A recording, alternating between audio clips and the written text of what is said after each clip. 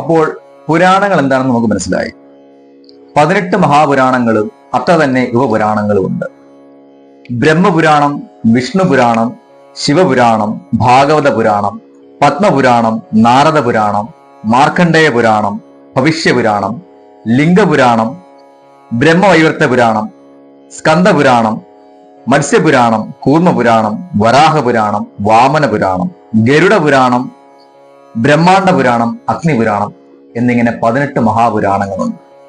അതുപോലെ തന്നെ സനൽകുമാരം, നാരസിംഹം, നാരദീയം, ശിവം, ദുർവസസ്, വാരുണം, കാളികം, സാംബം, സൗര്യം, ആദിത്യം, മഹേശ്വരം, ദേവി ഭാഗവതം, വാസിഷ്ഠം, വിഷ്ണുധർമ്മോത്തരം, നീലമത പുരാണം എന്നിങ്ങനെ 18 ഉപപുരാണങ്ങളുണ്ട്.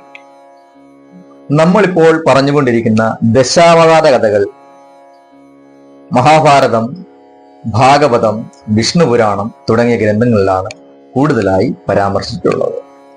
അപ്പോൾ നമ്മൾ പുരാണങ്ങളെ പറ്റി ഇത്രയും കാര്യങ്ങൾ നമ്മൾ മനസ്സിലാക്കി. 18 മഹാപുരാണങ്ങളും അത്ര തന്നെ ഉപപുരാണങ്ങളുമുണ്ട്. അപ്പോൾ നമ്മൾ അതിനെപ്പറ്റി വിശദമായിട്ട് മറ്റൊരു വീഡിയോയിൽ പറയുന്നതായിരിക്കും.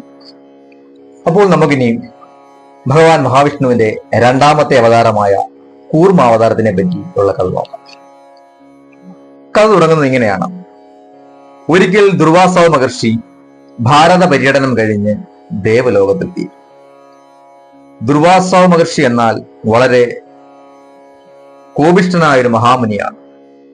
അതായത് ദുർവാസാവിന്റെ കോപം വളരെ പ്രശസ്തമാണ്. ഇപ്പോഴും നമ്മൾ ഭയങ്കര ദേഷ്യമുള്ള ആൾക്കാരെ ദുർവാസാവിന്റെ കോപത്തോട് ഉപമിക്കാറുണ്ട്. ആ മഹാമുനി ദേവലോകത്തെത്തിയപ്പോൾ ദേവലോകത്തിന്റെ ഉപദേവന്മാരായ വിദ്യാധര സ്ത്രീകൾ അദ്ദേഹത്തിന് വളരെ സുഗന്ധമേറിയതും വളരെ ഭംഗിയുള്ളതുമായൊരു മാല സമർപ്പിച്ചു. സന്തോഷപൂർവ്വം മുനി ആ മാല സ്വീകരിച്ച് മുന്നോട്ട് നടന്നു. കുറച്ചു നേരം നടന്നപ്പോൾ അദ്ദേഹത്തിന് തോന്നി, ഒരു സന്യാസിയായ എനിക്ക് ഈ പൂമാലയുടെ ആവശ്യമില്ലല്ലോ, അതാർക്കെങ്കിലും സമ്മാനമായി നൽകാം. ബ്രഹ്മാവിനോ മഹാവിഷ്ണുവിനോ പരമേശ്വരനോ ആർക്കെങ്കിലും നൽകാമെന്ന് അദ്ദേഹം വിചാരിച്ചു. അങ്ങനെ മുന്നോട്ട് പോകുമ്പോൾ അതാ ഐരാവതത്തിന്റെ പുറത്തേറി നമ്മുടെ ദേവലോകത്തിന്റെ രാജാവായ ദേവേന്ദ്രൻ എത്തുകയാണ്. മഹാമുനിയെ കണ്ട ഉടൻ ദേവേന്ദ്രൻ അദ്ദേഹത്തിന്റെ കാലുകൾ നമസ്കരിച്ചു. ദേവേന്ദ്രന്റെ ആ പ്രവൃത്തിയിൽ സന്തുഷ്ടനായ മഹാമുനി ദുർവാസാവ് ആ മാല ദേവേന്ദ്രൻ തന്നെ സമർപ്പിച്ചു.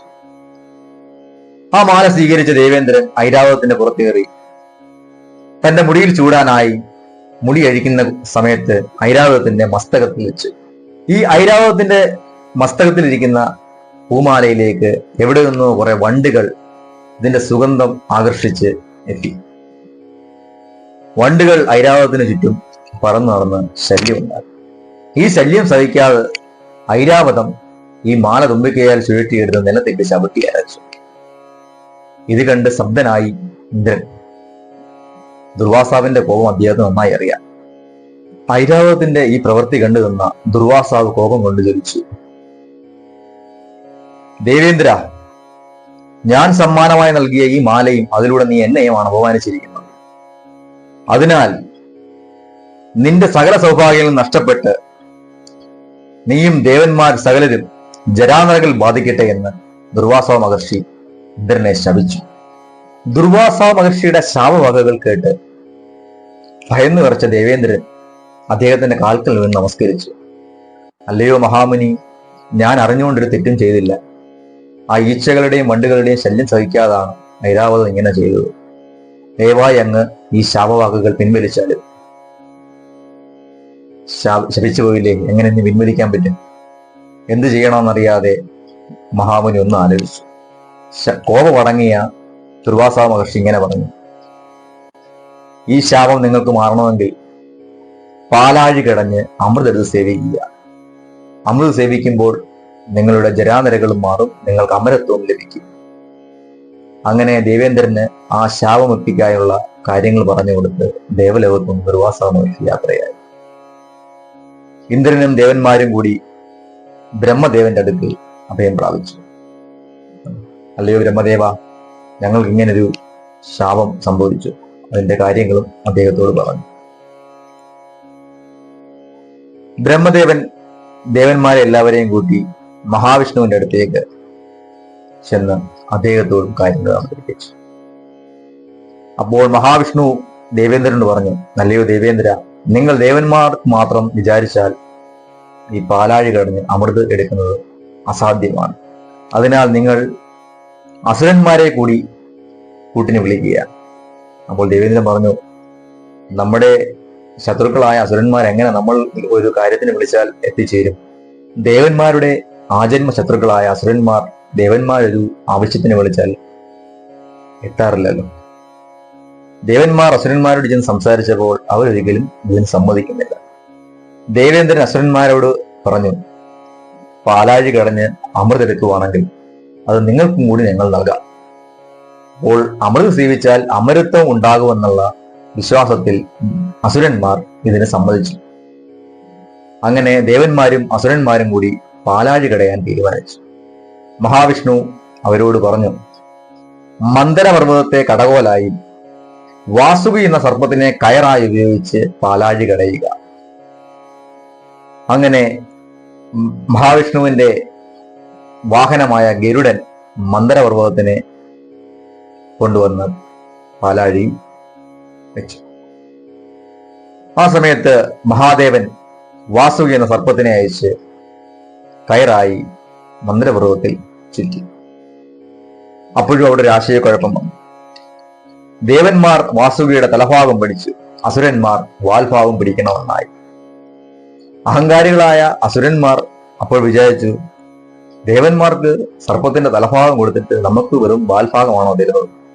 അത് പറ്റത്തില്ല എന്ന് പറഞ്ഞവർ പ്രശ്നമുണ്ടാക്കി.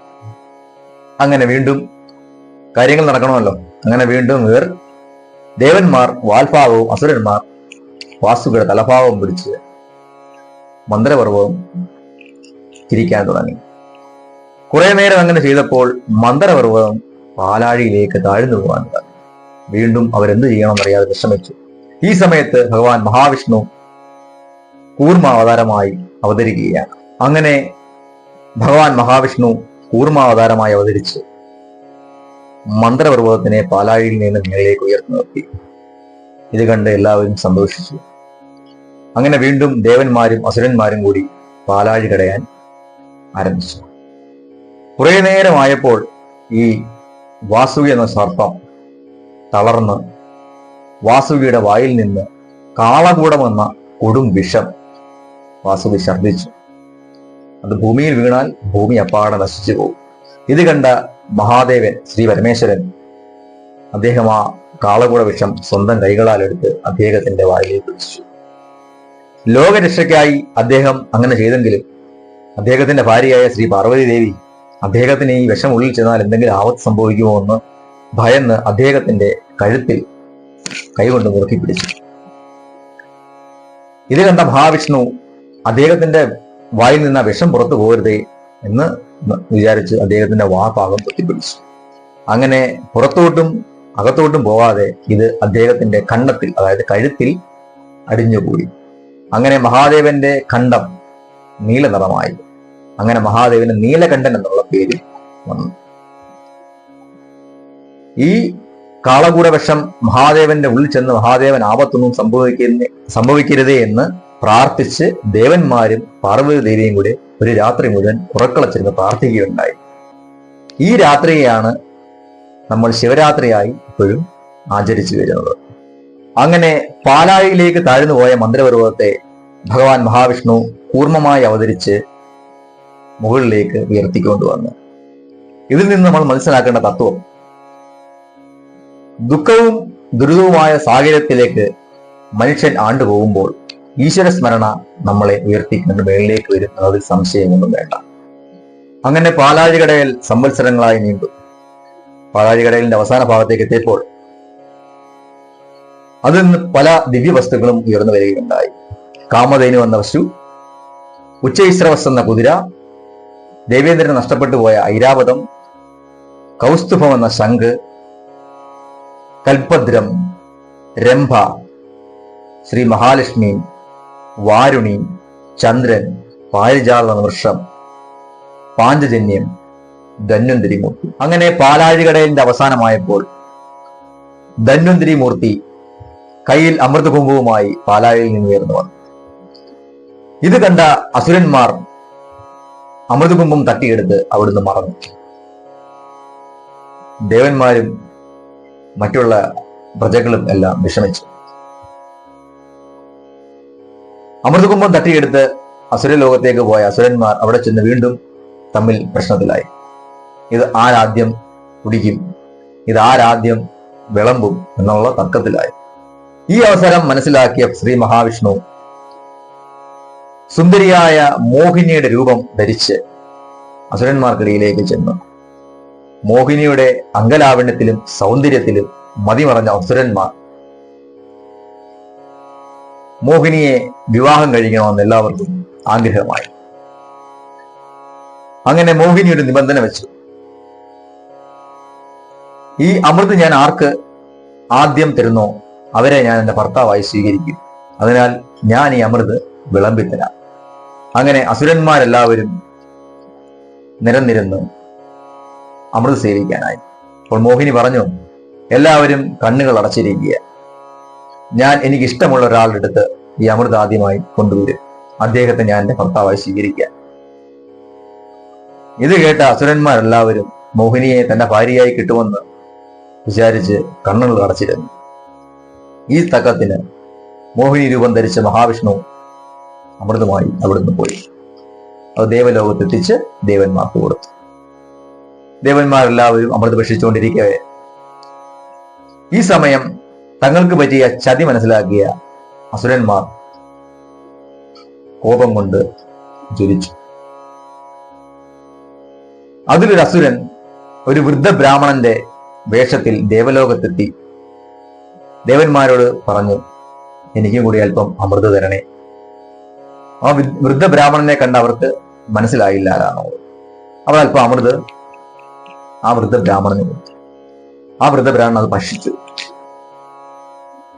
ഉടനെ ശ്രീ മഹാവിഷ്ണു ഈ ബ്രാഹ്മണനായി വന്നത് അസുരനാണെന്ന് മനസ്സിലാക്കിയപ്പോൾ തന്റെ സുദർശന ചക്രം ഉപയോഗിച്ച് ആ അസുരന്റെ കഴുത്തകർത്തു.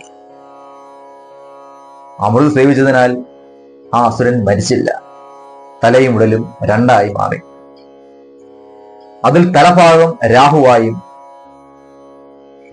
ഉടൽഭാഗം കേതുവായും മാറി. അങ്ങനെ തങ്ങൾക്ക് പറ്റിയ ചതി മനസ്സിലാക്കിയ അസുരന്മാർ ദേവന്മാരുടെ യുദ്ധത്തിനായി വന്നു. ബ്രഹ്മാവിഷ്ണു മഹേശ്വരന്മാരുടെ അനുഗ്രഹവും അമൃത് സേവിച്ച് അമരത്വം ഉണ്ടായ ദേവന്മാര് യുദ്ധത്തിൽ വിജയിച്ചു.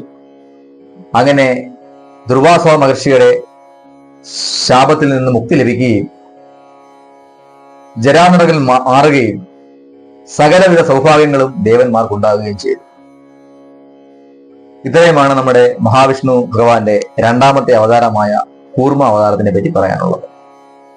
അടുത്തൊരു വീഡിയോയുമായി ഉടൻ വരുന്നതായിരിക്കും. നന്ദി.